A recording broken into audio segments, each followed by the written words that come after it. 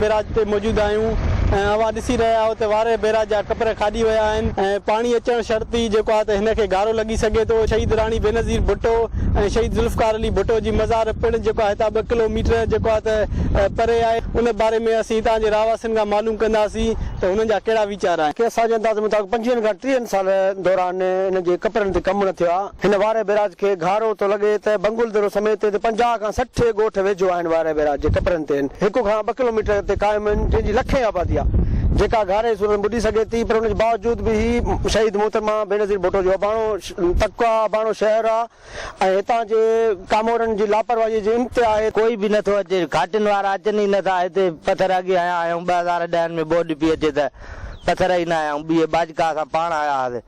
मेंहूं बेहूं लहनि थी ते घेर ट्रैक्टर वारीनि था खणनि, कॾहिं बि हिते घारो लॻी थो सघे। साना त 2000 में जेका इहा बोड आई 10 में थी के जाए इन में ई असांखे ख़तरो हुयो। काफ़ी ॻोठाणा निकिरी अचे पाण असां तहफ़ुज़ कयो होसीं। जेकॾहिं पाणी हिन वक़्तु माना नाहे, जेकॾहिं पाणी आयो त कंहिं वक़्तु बि हिनखे घारो लॻी सघे थो, जंहिंजे करे केतिरा ई जेको आहे त ॻोठ ॿुॾी सघनि था। हिननि जो इहो चवणु हुयो त कामोरनि खे ऐं सियासी माण्हुनि खे या आला ऑफिसरनि खे इहो घुर्जे त जल्द खां जल्द वारे बैराज जा कपर ठाराया वञनि त जीअं जेको आहे त ॻोठ वारनि खे कंहिं वॾे हादसे खां बचाए वञे। ऐं उन सां गॾोगॾु गड़ी ख़ुदा बख़्श भुट्टो खे पिणु जेको आहे त हिन बैराज मां पाणी वञी सघे थो, जंहिंजे करे माना जेको आहे त शहीदनि जी मज़ार बि ॿुॾी सघे थी। कैमरामैन बाबू आबा सां गॾु अब्दुल ख़ालिक मंगी, सिंध TV न्यूज़ रतोदेरो।